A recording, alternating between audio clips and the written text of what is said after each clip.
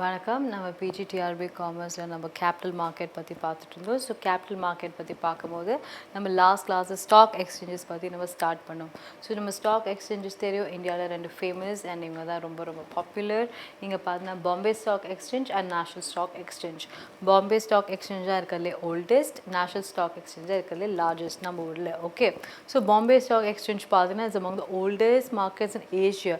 ஏஷியாவிலே one of the oldest மார்க்கெட்ஸில் Bombay stock exchange ஒன்று. Because 1875 இருக்காங்க, and they serve as a benchmark for assessing the economic well-being and development of a nation. So இங்கே ஏன் stock exchanges ரொம்ப ரொம்ப important, ஏன் first stock exchanges வந்து இவ்வளோ ரெக்கக்னைஸ்டாக இருக்காங்க? பிகாஸ் நம்ம நிறைய ஷேர் ட்ரேட் பண்ணுறோம். ஓகே, நம்ம யாரோட ஷேர்ஸ்லாம் ட்ரேட் பண்ணுறோம்? நம்ம ஊரில் இருக்க இம்பார்ட்டண்ட்டான ஃபர்ம்ஸ், ரொம்ப சக்ஸஸ்ஃபுல் ஃபர்ம்ஸ், இவங்களோட ஷேர்ஸை தான் நம்ம ட்ரேட் பண்ணுறோம். ஸோ இவங்க எவ்வளோ ரிலையபிளாக இருக்காங்களோ அந்த அளவுக்கு நம்ம மார்க்கெட்டும் ரிலையபிளாக இருக்க போகுது. பிகாஸ் இவங்க தான் எல்லா பொருளையும் தயாரிக்கிறாங்க, இவங்க தான் எல்லா பொருளையும் விற்கிறாங்க. ஸோ தயாரிக்கிறவங்க, விற்கிறவங்க, ஸோ இவங்களோட மார்க்கெட் எப்படி இருக்க போகுது, எவ்வளோ ஒத்தென்டிக்காக இருக்க போகுது, எவ்வளோ ரிலையபிளாக இருக்க போகுது, இதெல்லாம் நம்ம பார்க்குறது தான் இந்த ஸ்டாக் எக்ஸ்சேஞ்சஸோட வேலை. ஸோ இவங்களெல்லாம் ரெகுலேட் பண்ணுறது தான் இவங்கள மாதிரி பாம்பே ஸ்டாக் எக்ஸ்சேஞ்சோட வேலை. ஓகே, ஸோ இவங்கெல்லாம் தான் இதை ட்ரேட் பண்ணுறாங்க அண்ட் இவங்களை ரெகுலேட் பண்ணுறது செபி நம்ம பார்த்தோம். ஸோ இவங்க வந்து they tell about the economic wealth and the promising nature of our business. Okay, so இதனால தான் இவங்க பாம்பே ஸ்டாக் எக்ஸ்சேஞ்சாக இருக்கிற any stock exchange for the matter அவங்க ரொம்ப இம்பார்ட்டண்ட்டாக இருக்காங்க. அண்ட் பாம்பே ஸ்டாக் எக்ஸ்சேஞ்ச் நான் சொன்னேன் 1875 இருக்காங்க, மும்பைலேருந்து இருக்காங்க. அண்ட் என்எஸ்சி பார்த்தீங்கன்னா அவங்களும் மும்பையில் தான் இருக்காங்க, அவங்க 1992 தான் இருக்காங்க. And they கமென்ஸ் trading only in 1994. இந்த வருஷம்லாம் அவங்களுக்கு ரொம்ப ரொம்ப இம்பார்ட்டண்ட். ஓகே, இதெல்லாம் பேசிக்ஸ், இதுலேருந்துலாம் கேள்வி வராது, பட் ஸ்டில் இதெல்லாம் நம்ம தெரிஞ்சு வச்சுக்கணும். ஓகே, பிகாஸ் இதெல்லாம் ரொம்ப பேசிக்ஸுங்க. ஓகே, ஸோ என்எஸ்சி நான் சொன்னேன் இதுதான் largest stock exchange in India and the 8th largest stock exchange in the world. Okay, world level நம்ம 8th இருக்கோம். and on எந்த கேட்டகரியில் மார்க்கெட் கேபிட்டலைசேஷன் கேட்டகரி அந்த பேசிஸில் பார்த்தீங்கன்னா நம்ம 8th ரேங்கிங்கில் இருக்கோம். Okay, so it is also one of the largest in terms of option volume across the globe. So option நம்ம தெரியும் இல்லைங்களா, future option, stock option. So அந்த வால்யூமில் பார்த்தீங்கன்னா நம்ம வந்து லார்ஜஸ்ட்டாகவும் இருக்கோன்றது நமக்கு தெரியணும். Okay, so it accounts for over 90% of the option trading in India. So இங்கே தான் என்எஸ்சியில் பார்த்தீங்கன்னா 90% ஆப்ஷன் ட்ரேடிங்கில் தான், 90% ஆப்ஷன் ட்ரேடிங் என்எஸ்சி மூலியமாக தான் வருதுன்றது நமக்கு இங்கே தெரியணும். ஓகே, ஸோ நம்ம நெக்ஸ்ட் பார்க்கலாம் மார்க்கெட் இண்டெக்ஸஸ். ஸோ இவங்க தான் ஸ்டாக் எக்ஸ்சேஞ்சுன்னு தெரியும். ஸோ இவங்க எப்படி, இவங்களோட இண்டெக்ஸ் எப்படின்னு இருக்குது நமக்கு நம்ம எப்போவுமே கேள்விப்பட்டுகிட்டே இருக்கோம் இல்லைங்களா, நிஃப்டி, சென்செக்ஸ். எவ்ரிடே நம்ம நியூஸில் நமக்கு எப்படி தங்கத்தோட விலைலாம் சொல்கிறாங்களோ அதே மாதிரி இந்த அன்னைக்கியோட நிஃப்டியோட ரேட் என்ன, சென்செக்ஸோட ரேட் என்ன, அந்த நிஃப்டியில் எந்தெந்த ஸ்டாக் வந்து எந்த அளவுக்கு முன்னேறி இருக்குது, எந்த ஸ்டாக் அப்படியே ஸ்டெபிளைஸ்டாக இருக்குது, எந்த ஸ்டாக்கோட வேல்யூஸ் எப்படி டெப்ரிஷியேட் ஆகிருக்கு, இதெல்லாம் நம்ம தினமும் நம்ம கேட்குற விஷயம். ஓகே, ஸோ நம்ம ஊரில் பார்த்தீங்கன்னா சென்செக்ஸ், நிஃப்டி தான் இம்பார்ட்டன்ட். சென்செக்ஸில் வந்து 30 கம்பெனியோட ஷேர் வேல்யூ இருக்குது, அண்ட் நிஃப்டியில் வந்து 50 கம்பெனியோட ஷேர் வேல்யூ இருக்குது. ஓகே, ஸோ சென்செக்ஸ் என்ன சொல்லுது, actually it represents a weighted average of the market capitalisation. Okay, அவங்க தான் வெயிட்டட் ஆவரேஜ் சொல்ல போகிறாங்க of the market capitalisation of 30 reputable and financially strong companies. So 30 strong companies across India, across various sectors. எல்லா செக்டர்ஸில் இருக்க 30 ஸ்ட்ராங்கான கம்பெனிஸை தான் இங்கே கொடுக்குறாங்க. ஓகே, அவங்களோட இண்டெக்ஸ் வருது, அவங்களோட மார்க்கெட் கேபிட்டலைசேஷன் எவ்வளோ, அதை வச்சு தான் வந்து இவங்களோட ஷேர் வேல்யூ எப்படின்றது நம்ம பார்க்க போகிறோம். ஓகே, அண்ட் நிஃப்டினா என்ன, நிஃப்டி வந்து என்எஸ்சியோடது.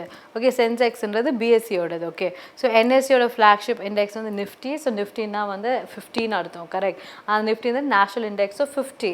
ஸோ 50 பார்க்கும்போது 50 stock index that is use to measure the performance of the Indian stock market. So அவங்க 30 கம்பெனியோட இண்டெக்ஸ் எடுக்கிறாங்க, இவங்க 50 கம்பெனியோட இண்டெக்ஸ் இவங்க எடுக்கிறாங்க. ஸோ சென்செக்ஸோட ஃபுல் ஃபார்ம் என்ன, stock exchange sensitive index. So stock exchange எவ்வளோ சென்சிட்டிவாக இருக்குது, எவ்வளோ ஃப்ரீக்வெண்ட்டாக மாறுதுன்றது உங்களுக்கு தெரியணும். அண்ட் இந்த இண்டெக்ஸ் நான் சொன்னேன் பாம்பே ஸ்டாக் எக்ஸ்சேஞ்சோட இண்டெக்ஸ் அப்படின்னு. ஓகே, ஸோ நிஃப்டி வந்து என்எஸ்சியோட இண்டெக்ஸ். ஸோ இங்கே பார்த்தீங்கன்னா இவங்க இந்த 50 கம்பெனி, இந்த 30 கம்பெனியோட பேசிக்ஸ் உங்களுக்கு தெரிஞ்சால் போதும். இந்த டாடா, இன்ஃபோசிஸ், இவங்க எல்லாம் பேசிக்காக அங்கே இருப்பாங்க. ஓகே, அண்ட் அதுக்கப்புறம் சில most reliable and most financially strong கம்பெனிஸ்லாம் அங்கே இருக்க போகிறாங்க. Okay, and stock market regulations நம்ம ஆல்ரெடி பார்த்தோம், செபி தான் பண்ணுறாங்க. அவங்களுக்கோட ஆக்ட் இருக்குது, 1992 ஆக்ட். அது மூலியமாக தான் இவங்க ஒரு ஸ்டாச்சுட்டரி பாடியாக இருக்காங்க. நெக்ஸ்ட் நம்ம பார்க்கலாம் security Securities Contract Regulations Act of 1956. So SCA Act பாத்தீங்கன்னா this act provides for the legal framework of the regulation of the securities contract. So legal framework of the legal framework of the regulation of the securities contract, including the regulation of stock exchanges. So stock exchangesலாம் எந்த அளவுக்கு அவங்களோட legality அவங்க எப்படியோ ஸ்ட்ரிக்டாக follow பண்ணணும். Because நீங்கள் வாங்குறீங்க விற்கிறீங்க, நீங்கள் என்ன நிறைய ஃப்ராடுலன்ட் பண்ணலாம், இன்சைடர் ட்ரேடிங் பண்ணலாம். நீங்கள் வந்து என்ன சொல்லலாம்னா உங்கள் பேரில் நீங்களே வந்து நீங்கள் தான் எம்ப்ளாயின்னு வச்சுக்கோங்களேன், உங்களுக்கு தான் எல்லா டீட்டெயில்ஸும் தெரியும், நீங்களே ஆல் செட்டப் பண்ணி இத்தனை ஸ்டாக் நீ வாங்க இப்போ நீ வித்துடு, இந்த மாதிரிலாம் கூட ஃப்ராடுலன்ட் பண்ணலாம். ஸோ இப்படி பண்ணிங்கன்னா ஸ்டாக் எல்லாம் உங்களுக்குள்ளேயே நீங்களே விலையை ஏற்றிக்கிட்டே இருப்பீங்க, நீங்களே விலையை ஏற்றிட்டே இருப்பீங்க, நீங்கள் விலையை குறைச்சிட்டே இருப்பீங்க. ஸோ மார்க்கெட் வந்து இங்கே வந்து மக்கள் தான் வந்து ஏமாலே ஆகிடுவாங்க. ஸோ இதெல்லாம் வந்து அவங்க எப்படி ஹேண்டில் பண்ணுறது? ஸோ இதெல்லாம் லீகல் ஃபார்மாலிட்டிஸ். ஸோ இதெல்லாம் ஹேண்டில் பண்ணுறது தான் இந்த செக்யூரிட்டிஸ் கான்ட்ராக்ட் ஆக்ட் ஆஃப் 1956ன்ற ஆக்ட். ஓகே, அதுக்கப்புறம் வந்து கம்பெனிஸ் ஆக்ட் மூலியமாகவும் வரும். கம்பெனி ஆக்ட் கூட இங்கே ரொம்ப இம்பார்ட்டன்ட், பிகாஸ் எல்லா கம்பெனிஸ் இது உள்ள வருது இல்லைங்களா. ஸோ இந்த அதில் இருக்க 50 கம்பெனியும் சரி 30 கம்பெனியும் சரி எல்லா கம்பெனியும் உள்ளே வரணும்னா, ஸ்டாக் மார்க்கெட்டுக்குள்ளே வரணும்னா முதல்ல அவங்க கம்பெனியாக ரெஜிஸ்டர் ஆகிருக்கணும். So companies act of 1956 and இப்போ recently it was amended in 2013. இந்த ஆக்ட் படி அவங்க கேட்கணும். So this act governs a formation, operation and regulation of companies in India. So it includes provisions related to the issuance, transfer of securities, shareholder rights and corporate governance. இதெல்லாம் பற்றி handle பண்ணுறது தான் இந்த ஆக்டோட வேலையே. Okay, so இந்த ஆக்டும் வந்து ரொம்ப ரொம்ப இம்பார்ட்டண்ட். அண்ட் நான் சொன்ன இந்த மாதிரி செபியோட listing applications and disclosure requirements regulations 2015. So என்ன சொல்கிறாங்கன்னா, நீங்கள் லிஸ்டிங்னா என்ன, நீங்கள் வந்து பாம்பே ஸ்டாக் எக்ஸ்சேஞ்சில் லிஸ்ட் ஆகிருக்கீங்கன்னா நீங்கள் வந்து உங்கள் பிஸ்னஸ் வந்து நீங்கள் நினச்சா நம்மளால் ட்ரேடிங் பண்ண முடியுமா? இப்போ நம்ம ரோட்டில் ஒரு துணி கடை இருக்குது, அவங்களால நினச்சா ஸ்டாக் மார்க்கெட்டில் ட்ரேடிங் பண்ண முடியுமா? It is a tedious process. You should be listed with that exchange. So இதுதான் வந்து அந்த லிஸ்டிங். நீங்கள் வந்து அவங்க அந்த என்எஸ்சி ட்ரேட் பண்ணுற அந்த லிஸ்ட்டில் என்எஸ்சி வந்து ஒரு 1000 கம்பெனியோட ஷேர்ஸ் ட்ரேட் பண்ணதுன்னா அந்த 1000 கம்பெனியில் நீங்கள் ஒரு கம்பெனியாக லிஸ்ட் ஆகணும்னா அவங்க சொல்கிற க்ரைட்டீரியா படி நீங்கள் உள்ளே வரணும். ஸோ அப்படியே உள்ளே வந்தால் தான் அவங்க ட்ரேட் பண்ண முடியும். ஓகே, ஸோ அதுக்கான சில ரெகுலேஷன்ஸ்லாம் இருக்குது, உங்களோட டிஸ்க்ளோஷர் ரெகுலேஷன்ஸ். ஸோ அதாவது என்னென்னா, நீங்கள் வந்து இப்போ லிஸ்டிங் உள்ளே போகிறீங்க, அந்த ஸ்டாக் எக்ஸ்சேஞ்சுக்குள்ளே போகிறீங்கன்னா நீங்கள் ஃபஸ்ட்டு உங்கள் ஒரு கம்பெனியாக இருக்கணும். சோல் ப்ரொப்ரைட்டர்ஷிப்லாம் இருந்தால் இருக்காது. நீங்கள் ஒரு கம்பெனியாக ரெஜிஸ்டர் பண்ண போகிறீங்க. ரெஜிஸ்டர் பண்ணி முடிச்சுட்டு உங்களோட ஃபினான்ஷியல்ஸ் லாஸ்ட் 3 இயர்ஸ் நீங்கள் அங்கே அப்லோட் பண்ணணும், ஃபுல் டிஸ்க்ளோஷர் பண்ணணும். ஓகே, பிகாஸ் உங்களை நம்பி நிறைய பேர், ஆயிரக்கணக்கான பேர் உங்கள் ஷேரை வாங்க விற்க போகிறாங்க. ஸோ அவங்க எப்படி தான் நாங்கள் நம்பி இது பண்ணுவாங்க? எங்கேயோ ஜெய்ப்பூரில் எங்கேயோ யூபிலேயே ஒரு கம்பெனி இருக்குது, பட் ஆனால் அது ஒரு நல்ல கம்பெனின்னு உங்களுக்கு தெரியுது. நல்ல கம்பெனின்னு எதை பார்த்து தெரியுது? அவங்க முகத்தை பார்த்தா கிடையாது, அவங்க பேர் பார்த்தா கிடையாது, அவங்க புக்ஸ் பார்த்து. ஸோ அவங்க புக்ஸ் நமக்கு எங்கே தெரிய போகுது? அவங்க இந்த ஆக்ட் படி இந்த வெப்சைட்டில் அவங்க ரெஜிஸ்டர் பண்ணியிருப்பாங்க. ஃபுல் எம்சிஏ ஆக்ட் இருக்குது இல்லைங்களா, எம்சிஏ வெப்சைட்டில் அவங்க வந்து ரெஜிஸ்டர் பண்ணியிருப்பாங்க. ஸோ உங்கள் ஃபுல் புக்ஸ் நமக்கு அங்கே தெரிய போகுது. ஸோ அதை பார்த்து தான் சரி, ஓகே, ஸோ இந்த ஷேரோட ப்ரைஸும் நல்லா இருக்குது, இவங்க புக்ஸும் நல்லா இருக்குது, இவங்க எத்தனை வருஷமாக பண்ணுறாங்க, நம்ம ஒரு 10 ஷேர் வாங்கலாம் இல்லை ஒரு 100 ஷேர் வாங்கலாம் அப்படின்னு நீங்கள் டிசைட் பண்ண போகிறீங்க.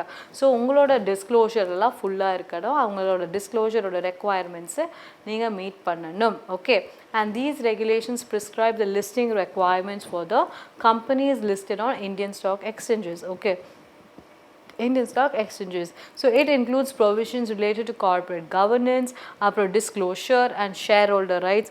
இது எல்லாமே வந்து அங்கே வந்து கொடுக்க போகிறாங்க. ஓகே, நெக்ஸ்ட்டு செபியோட இன்னொரு ஆக்ட் பார்க்கணும், செபியோட இன்னொரு ரெகுலேஷன்ஸ் பார்க்கணும்.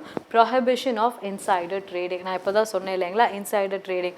உங்களுக்குள்ளேயே நீங்கள் ஷேர் ப்ரைஸை தெரிஞ்சுக்கிட்டு வாங்கிட்டு விற்றுட்டு நீங்களே ஷேர் ப்ரைஸை நல்ல, இப்போ ஒரு 100 பேர் ஒரு ஷேரை வாங்குறாங்கன்னா அப்போ நீங்கள் என்ன நினைப்பாங்க, அப்பா மார்க்கெட்டில் 100 பேர் அந்த ஷேரை வாங்குறாங்க, அப்போ இது செம்மையான ஷேராக இருக்கும் போல் நீங்கள் வாங்குவீங்க. பார்த்தா அவங்களே 100 பேர் ஆள் வச்சு அவங்களே வாங்குவாங்க, இல்லை அவங்களே இன்ஃபர்மேஷன் தெரிஞ்சுட்டு அவங்களே 100 ஷேர் வாங்குவாங்க. ஸோ அவங்க என்ன பண்ணுவாங்க, இன்ஃபர்மேஷன் லீக் பண்ணுறாங்க. இப்போ ரீசெண்டாக ஒரு பெரிய நியூஸ் வந்துச்சு, நம்ம அது கூட பார்த்தோம். இந்த மாதிரி அந்த ஒரு பெரிய பிஸ்னஸ் விமன் அவங்க பார்த்தீங்கன்னா அவங்களே அவங்க ஷேர் ப்ரைஸ் எல்லாம் ஏற்றி இறக்கி அது ஒரு பெரிய ஒரு ஸ்கேமாக நடந்துச்சு. கரெக்ட். ஸோ அப்படி இருக்கும் போது இந்த மாதிரி இன்சிடென்சஸ் ரொம்ப ரொம்ப காமனாக நடக்கும். இப்படி நடக்காமல் தடுக்கிறதுக்கு தான் இந்த மாதிரி ரெகுலேஷன்ஸ் போடுறாங்க. இந்த மாதிரி எதாவது நடந்துச்சுன்னா இந்த இந்த ஆக்ட் மூலிமா அவங்களுக்கு வந்து தகுந்த பனிஷ்மெண்ட்டை நம்ம கொடுக்கலாம். பிகாஸ் உங்களை நம்பி அங்கே நிறைய பேர் வந்து உங்கள் ஷேரை வாங்குறாங்க விற்கிறாங்க, நீங்கள் அவங்களுக்கு துரோகம் பண்ணக்கூடாது, அவ்வளோதான். Okay, see these regulations aim to prevent insider trading and they define what insider trading is and அதுக்கப்புறம் prescribe the code of conduct and establish disclosure requirements for insiders. இது எல்லாமே வந்து அங்கே சொல்ல போகிறாங்க. ஓகே, அண்ட் நெக்ஸ்ட் நம்ம பார்க்கலாம் investor protection. Investor ப்ரொடெக்ஷனை என்ன, நம்ம தான் இன்வெஸ்டர், நம்மளை ப்ரொடெக்ட் பண்ணணும். ஸோ நம்ம இப்போ ஆல்ரெடி நிறைய ஆக்ட் பார்த்தோம், ரெகுலேஷன்ஸ் பார்த்தோம், இது எல்லாமே இன்வெஸ்டர் ப்ரொடெக்ஷனுக்கான ஆக்ட் தான். ஓகே, ஸோ இன்வெஸ்டர் ப்ரொடெக்ஷனே பார்த்தீங்கன்னா it's a component of consumer protection act of 2009. நமக்கு ஆல்ரெடி தெரியும் இல்லைங்களா, rights of consumers, duties of consumers எல்லாம் நம்ம ஆல்ரெடி போன ஒரு லாஸ்ட் ஃபியூ கிளாஸஸ் முன்னாடி நம்ம பார்த்துருப்போம். ஸோ நீங்கள் அங்கெல்லாம் என்ன பண்ணுறீங்க, நீங்கள் இன்வெஸ்ட் பண்ணுறீங்க ஒரு இடத்துலனா உங்களுக்குன்னு நிறைய ப்ரொடெக்ஷனுக்கான ஒரு ஃபோரம் இருக்குது. Okay, so this is design to expand the powers of securities and exchange commission. ஸோ அவங்க தான் வந்து இதை பண்ணி கொடுக்குறாங்க நமக்காக. Okay, so the act established a whistleblower reward for reporting financial fraud, increased liability for aiding and abetting and doubled funding to the SEC over a 5-year period. So என்ன பண்ணுறாங்க, ஸோ இன்சைடர் ட்ரேடிங் நான் already சொன்னேன், உங்களுக்குள்ள நீங்கள் share value increase பண்ணுறீங்க, so அதை யாராக போட்டு கொடுத்துட்டாங்க, விசில் ப்ளோவர்ஸ் நம்ம தெரியும் இல்லைங்களா.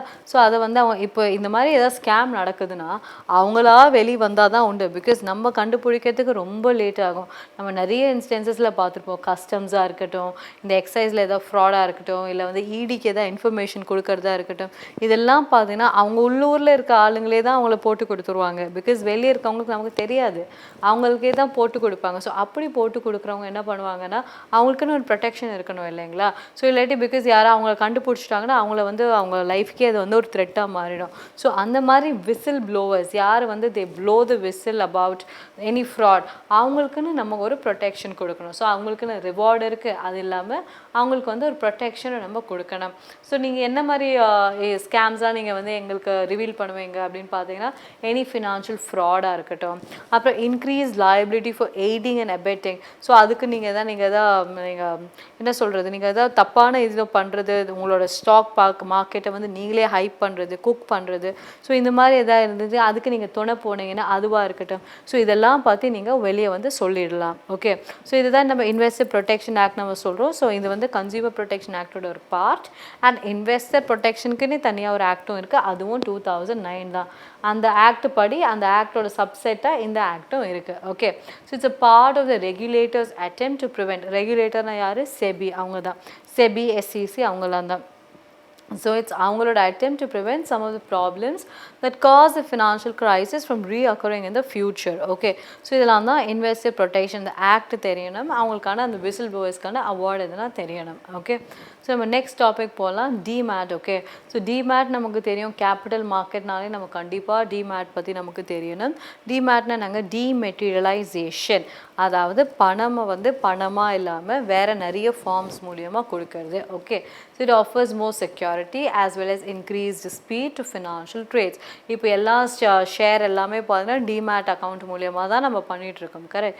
ஸோ முன்னாடி மாதிரி நம்ம யாரும் ஷேரை போய் வாங்குறது விற்கிறதுலாம் கிடையாது இன் பர்சன். ஸோ நம்ம எல்லாமே அக்கௌண்ட்ஸ் மூலியமாக பண்ணுறோம். இப்போல்லாம் SBI, I mean any bank for that matter, அவங்களே டிமேட் அக்கௌண்ட்டும் நம்மளுக்கு ஓப்பன் பண்ணி கொடுக்குறாங்க. அவங்களே நீங்கள் மாதம் இவ்வளோ கட்டுங்க, உங்களுக்காக நாங்கள் இதெல்லாம் பண்ணி தரோம் அப்படின்லாம் பண்ணுறாங்க. ஸோ இது வந்து அவங்க வந்து ஒரு ரெகுலர் ஒரு பார்ட் ஆஃப் த ரிச்சுவல் மாதிரி ஆக்கிட்டாங்க. ஸோ இந்த மாதிரி எல்லாருமே வந்து இப்போ டிமேட் அக்கௌண்ட் வச்சுருக்காங்க for trading shares and securities. Okay, so டிமேட்டோட நிறைய ஃபார்ம்ஸ் இருக்குங்க. டிமேட் வந்து ஒன்லி ஃபார் ஷேர் செக்யூரிட்டிஸ் மட்டும் கிடையாது.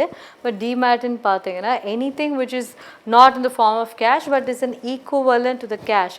நீங்கள் டெபிட் கார்டாக இருக்கலாம், இல்லாட்டி உங்களோட மியூச்சுவல் ஃபண்ட் இன்வெஸ்ட்மெண்ட்ஸாக இருக்கலாம், பிட்காயின்ஸாக இருக்கலாம், கிரிப்டோவாக இருக்கலாம், இவங்க எல்லாமே டிமேட் அக்கௌண்ட்ஸ் தான். ஓகே, இவங்களாம் டிமேட்டோட ஃபார்ம்ஸ் தான். ஸோ டிமேட் அக்கௌண்ட்டுன்னு ஒன்று மெயின்டைன் பண்ணுறீங்க இல்லைங்களா, அது என்ன பண்ண போகுது, அவங்க தான் உங்களோட எலக்ட்ரானிக் டிரான்சாக்ஷன்ஸ் எல்லாமே ஹேண்டில் பண்ண போகிறாங்க.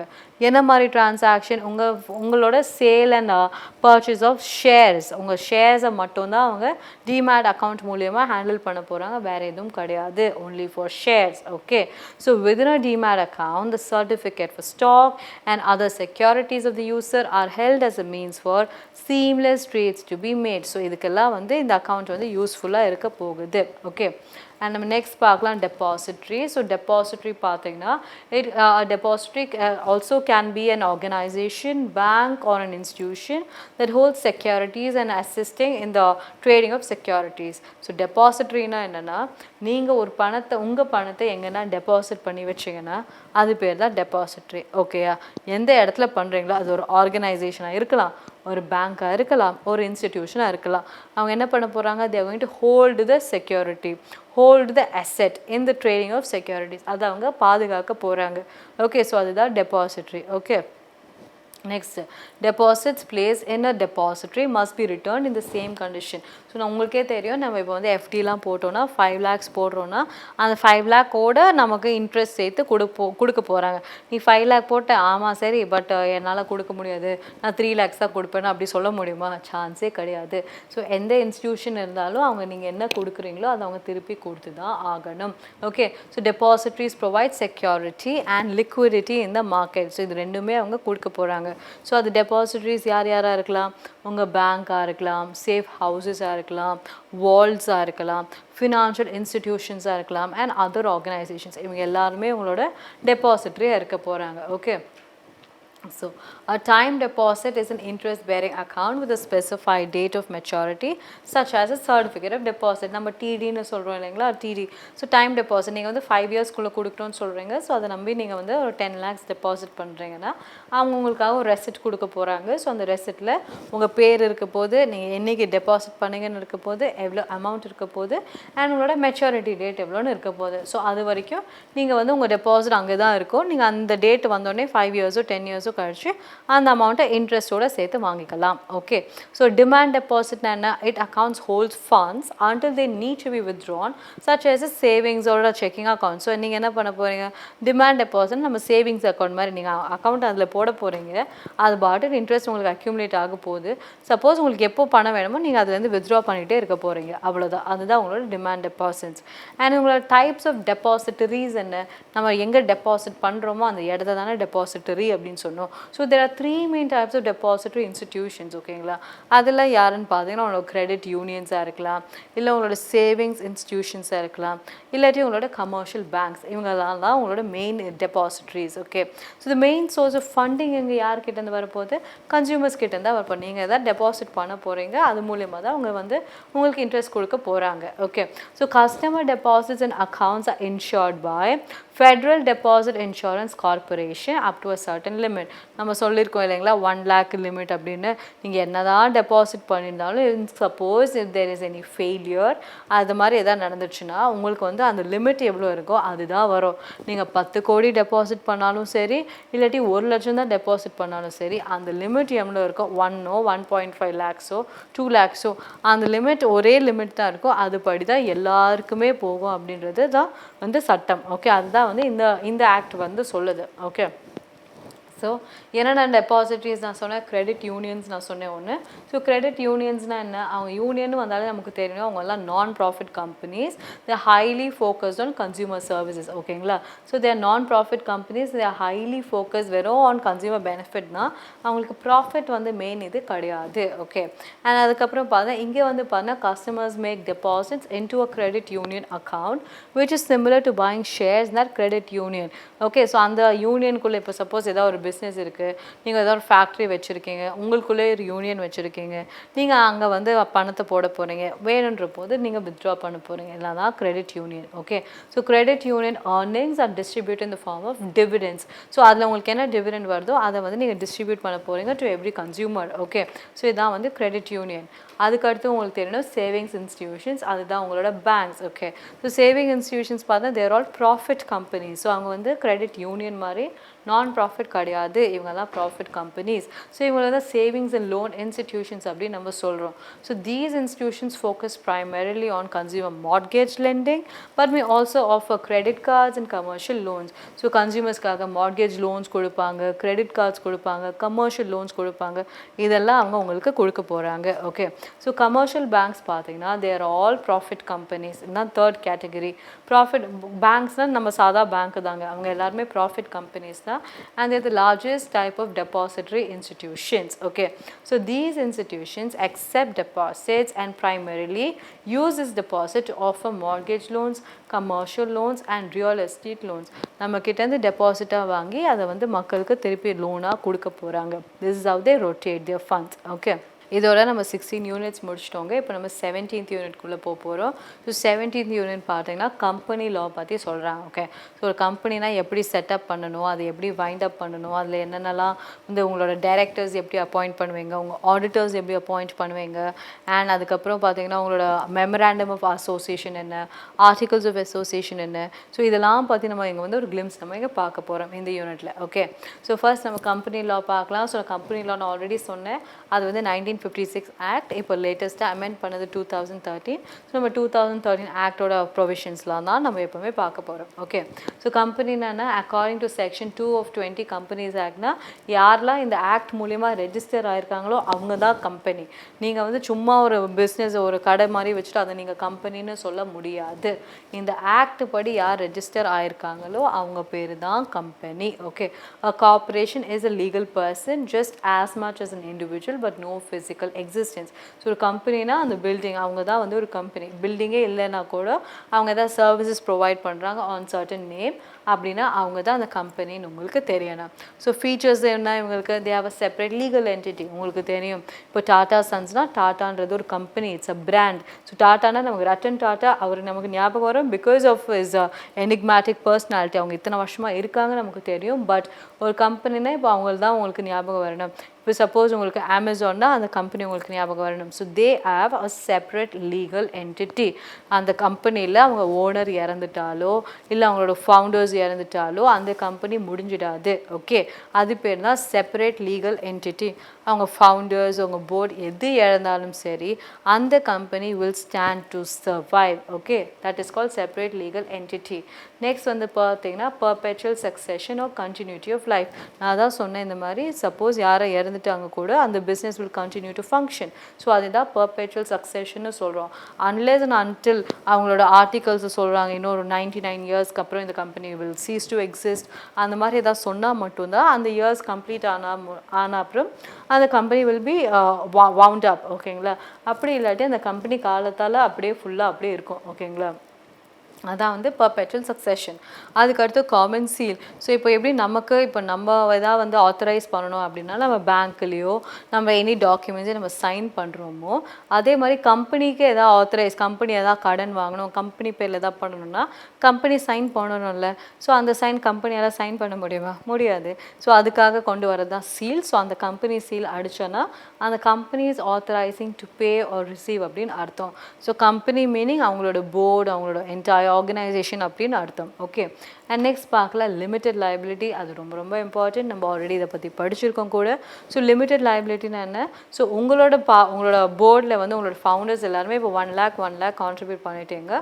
உங்கள் பிஸ்னஸ் 5 லட்சம் ரூபா தான் உங்கள் ஆத்தரைஸ் கேபிட்டல். ஓகே, பட் நீங்கள் என்ன பண்ணுறீங்க, நிறைய வாங்குறீங்க, நிறைய பிஸ்னஸ் பண்ணுறீங்க, நிறைய லாஸ் ஆகிடுச்சு அப்படின்னா நீங்கள் வந்து ஒரு 1 கோடி கொடுக்கணும்னு வச்சுக்கோங்களேன் உங்கள் லாஸே. பட் ஆனால் உங்களோட கேபிட்டல் எல்லாமே சேர்த்து 1 lakh தானா நீங்கள் உங்கள் பிஸ்னஸ்க்கு 1 lakh கொடுத்தா போதும், அவ்வளோதான். நீங்கள் என்ன கான்ட்ரிபியூட் பண்ணுறீங்களோ அந்த அளவுக்கு தான் உங்கள் liability is limited. Okay, so மிச்சது எல்லாமே பார்த்தீங்கன்னா அது கம்பெனியோட கணக்கில் தான் வரும். கம்பெனி தான் ஒரு தனி பர்சனாலிட்டி ஆச்சு. ஸோ அது நம்பி தான் நம்ம லோன் கொடுத்துருக்கோன்னா அந்த கம்பெனி இஸ் லீகலி டிசால்வ், அவ்வளோதான். That is called bankruptcy. என்னால் கொடுக்க முடியாது, தட்ஸ் இட். நம்ம ஊரில் எத்தனை பேர் அப்படி இருந்திருக்காங்க, என்னால் முடியாது, என்கிட்ட பணம் இல்லை அப்படின்னு சொல்லிட்டு அவங்க பாட்டுக்கு போயிட்டு இன்னொரு நாட்டில் போய் செட்டில் ஆகிடுறாங்க. ஸோ அப்படி இருக்கும்போது அவங்க ஏன் அப்படி பண்ணுறாங்க? பிகாஸ் இதுதான் என்னால் இவ்வளோ தான் முடியும்னு அவங்க சொல்லிட்டாங்க. அவங்க அவ்வளோ கடன் வாங்கினாங்க, பட் அவங்களால கொடுக்க முடியல, என்னால் முடியாதுன்னு சொல்லிட்டு அவங்க போயிட்டாங்க. ஸோ இது பேர் தான் லிமிட்டட் லைபிலிட்டி. ஸோ அவங்களோட கான்ட்ரிபியூஷன் எவ்வளவோ அதுக்கேற்ற மாதிரி தான் அவங்களோட லைபிலிட்டியும் இருக்க போகுது. அதை தாண்டி போயிடுச்சுன்னா அந்த company will cheese to exist, அவங்க பேங்க்ரப்ட் ஆகிடுவாங்க. பட் அதோட ஆர்கனைசேஷன் அந்த ஃபவுண்டர்ஸ் எல்லாமே அப்படியே விலகிடுவாங்க. அது பேர் தான் லிமிட்டட் லைபிலிட்டி நம்ம சொல்கிறோம். Okay, and next easy transferability of shares. நம்ம ஆல்ரெடி சொன்னோம் இப்போ ஷேர்ஸ்லாம் பார்த்தீங்கன்னா it is all easy transferable. இப்போ நீங்கள் 51% நீங்கள் ஹோல்ட் பண்ணுறீங்க, 49% மிச்சவங்க எல்லாம் ஹோல்ட் பண்ணுறாங்க. அவங்க வாங்கலாம், விற்கலாம், என்ன வேணால் பண்ணலாம். இல்லை நீங்களே என்ன பண்ணலாம், 51% எனக்கு வேண்டாம், எனக்கு 25% போதும், மிச்சம் 25% நான் இவங்களுக்கு விற்கிறேன் அவங்களுக்கு விற்கிறேன், நீங்கள் என்ன வேணால் பண்ணலாம். உங்கள் ஷேர் வேல்யூவை நீங்கள் என்ன வேணால் யாருக்கு வேணால் எவ்வளோ வேணால் விற்கலாம். ஸோ இது பேர் தான் வந்து easy transferability of shares. Okay, so next நம்ம பார்க்கலாம் promotion of company. So promotion of கம்பெனினா ஒரு கம்பெனி முதல்ல எப்படி ஃபார்ம் ஆகணும், எப்படி ப்ரொமோட் ஆகணுன்றதை நீங்கள் பார்க்கணும். Okay, so formation of a company involves completion of several legal formalities and procedures. Okay, so the process of formation of a company can be divided into 4 stages. So ஒரு கம்பெனியை நீங்கள் form பண்ணணும்னா அதுக்கு முதல் 4 stage நமக்கு தேவைப்படுது. First நீங்கள் அதை ப்ரொமோட் பண்ணணும், அதுக்கப்புறம் அதுக்கான இன்கார்பரேஷனுக்கான இது பண்ணணும், உங்களோட கேபிட்டலை மற்றவங்க எல்லாரும் சப்ஸ்கிரைப் பண்ணணும், that is call subscription of capital. And next வந்து உங்களோட பிஸ்னஸ் ஸ்டார்ட் ஆகும், அது பேர் தான் கமென்ஸ்மெண்ட் ஆஃப் பிஸ்னஸ். ஸோ இதெல்லாம் தான் ஃபர்ஸ்ட் உங்களுக்கு கம்பெனின்ற ஒரு ஐடியா முதல் ப்ரொமோட் ஆகணும், அதுக்கப்புறம் நீங்கள் கம்பெனியை லீகலி ரெஜிஸ்டர் பண்ணணும், அது பேர் தான் இன்கார்பரேஷன். அதுக்கப்புறம் உங்களோட கம்பெனியை நீங்கள் ரெஜிஸ்டர் பண்ண அப்புறம் உங்கள் கேபிட்டல் 4 பேர் வாங்கணும். ஓகேங்களா, அது பேர் தான் சப்ஸ்கிரிப்ஷன் ஆஃப் கேபிட்டல். அண்ட் அதுக்கப்புறம் நீங்கள் பண்ணுறதா commencement of business. Once your capital is all done, உங்களோட பிஸ்னஸ் ஸ்டார்ட் ஆகிடுச்சு, உங்கள் பிஸ்னஸ் ஃப்ளோட் ஆகுது அப்படின்னா that is call commencement of business. Okay, so first நம்ம ஒரு ஸ்டேஜ் பற்றி இப்போ நம்ம பார்க்கலாம். Promotion of company. The promotion of company பார்த்தீங்கன்னா it begins with a person or a group of persons having thought of conceived of a possible future. ஓகேங்களா, so என்ன பண்ணுறாங்க ப்ரொமோஷன், அந்த ஐடியா முதல்ல அந்த பிஸ்னஸ் தயாரிக்கணும், ஸ்டார்ட் பண்ணணும் ஒரு ஐடியா இருக்குல்ல, அதை தான் நம்ம ப்ரொமோஷன் ஆஃப் கம்பெனி அப்படின்னு நம்ம ஃபர்ஸ்ட் ஸ்டேஜை இப்போ நம்ம சொல்கிறோம். அது யாரெல்லாம் அந்த idea உருவாக்குறாங்களோ whoever has conceived that idea அவங்கள தான் நம்ம ப்ரொமோட்டர்ஸ் அப்படின்னு நம்ம சொல்கிறோம். Okay, so functions of a promoter என்ன, ஸோ அவங்க தான் இப்போ சப்போஸ் நீங்கள் என்ன பண்ண போகிறீங்க, நீங்கள் வந்து ஒரு துணி கடை ஆரம்பிக்க போகிறீங்க, ஆர் நீங்கள் வந்து என்ன பண்ண போகிறீங்க, நீங்கள் வந்து இப்போ எலக்ட்ரானிக்காக ஒரு சிப் நீங்கள் வந்து மேனுஃபேக்சர் பண்ண போகிறீங்க அப்படின்னா ஃபர்ஸ்ட் நீங்கள் வந்து அந்த பிஸ்னஸ் ஸ்டார்ட் பண்ணலாம் நீங்கள் யோசிக்கிறீங்கல்ல, நீங்களாம் ப்ரொமோட்டர்ஸ். ஸோ நீங்கள் என்ன பண்ண போகிறீங்க, சரி ஓகே இப்போ வந்து இதுதான் டிமாண்டில் இருக்குது, இந்த இவி செக்டருக்கு இதுதான் டிமாண்டில் இருக்குது, நம்ம இது தயாரிக்கலாம் அப்படின்னு நீங்கள் கொண்டு வர போகிறீங்க அந்த ஐடியாவை. நீங்கள் வந்து ஐடென்டிஃபை அ பிஸ்னஸ் ஆப்பர்ச்சுனிட்டி. அதுக்கப்புறம் இந்த பிஸ்னஸ் ஸ்டார்ட் பண்ண அப்புறம் எப்படியெல்லாம் நடக்க போகுது, ஒரு ஃபீஸிபிலிட்டி ஸ்டடி பண்ணுறீங்க. ஃபீஸிபிலிட்டி ஸ்டடினா என்ன, இப்போ இந்த பிஸ்னஸ் நம்ம ஸ்டார்ட் பண்ணுறோம் சரி, ஆனால் பக்கத்து தெருவில் இன்னொருத்தரும் அதே பண்ணுறாரு, அவர் சூப்பராக பண்ணுறாரு, நம்மளால் அவருக்கு கம்பீட் பண்ண முடியுமா, நம்மளது அது ஃபீஸிபிளாக இருக்குமா, ஃபீஸிபிளாக அது வந்து ப்ராக்டிக்கலாக இருக்குமா, நமக்கு அது லாபகமாக இருக்குமான்றதை நீங்கள் பார்க்க போகிறீங்க. ஓகே, ஸோ அது என்னென்ன மாதிரிலாம் ஃபீஸிபிலிட்டி, ஸோ டெக்னிக்கல் ஃபீஸிபிலிட்டி, நம்ம இவ்வளோ மேனுஃபேக்சர் பண்ணணும்னு சொல்கிறோம், அதுக்கான ஐடியாஸ் நமக்கு கிடைக்கணும், அதுக்கான ரா மெட்டீரியல்ஸ் நமக்கு கிடைக்கணும், இதெல்லாம் நமக்கு கிடைக்குமா அப்படின்றத நீங்கள் பார்க்க போகிறீங்க. அண்ட் டெக்னிக்கல் ஃபீஸிபிலிட்டி பார்க்க போகிறீங்க, இதுக்கான எக்கனாமிக் ஃபீஸிபிலிட்டி என்னென்னு பார்க்க போகிறீங்க, ஃபினான்ஷியல் ஃபீஸிபிலிட்டி பார்க்க போகிறீங்க.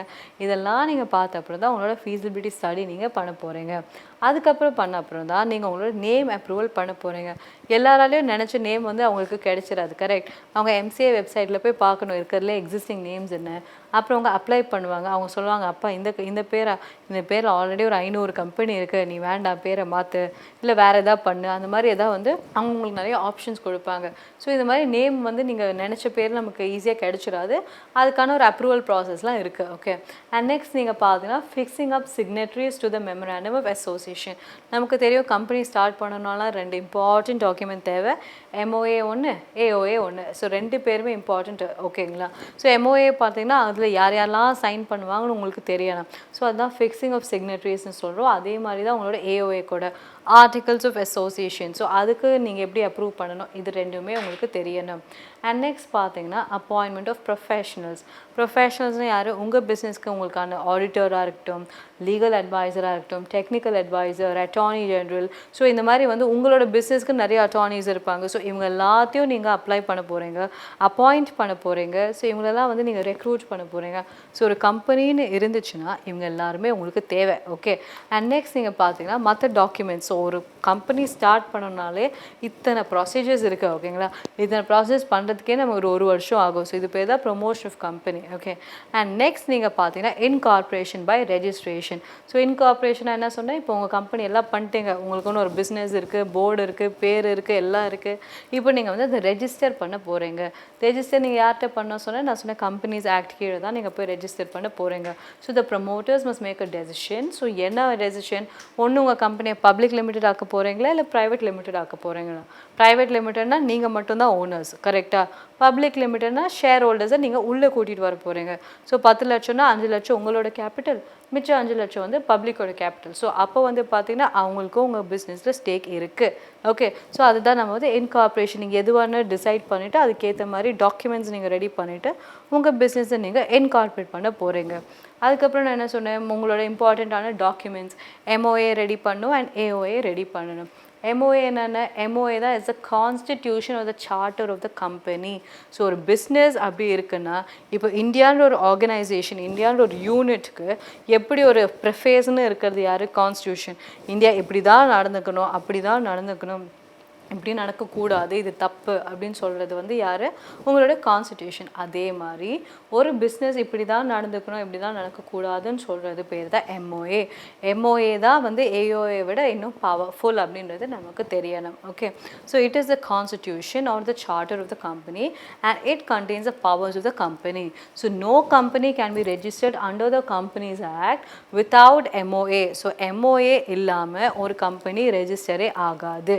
ஓகே, ஸோ அதில் கான்டென்ட்ஸ் என்ன? உங்களோட நேம் கிளாஸ், உங்களோட கம்பெனி அதோட பேர் என்ன, அது எந்த இடத்துல இருக்குது, உங்களோட கோல்ஸ் என்ன, உங்கள் கேபிட்டல் என்ன, இதெல்லாம் பற்றி சொல்கிறது தான் உங்களோட MOA-யாக இருக்க போகுது. ஓகே, அண்ட் நெக்ஸ்ட் AOA பற்றி அதுவும் ரொம்ப இம்பார்ட்டண்ட். அதை நம்ம நெக்ஸ்ட் கிளாஸ்லேருந்து கண்டினியூ பண்ணலாம். Okay, thank you.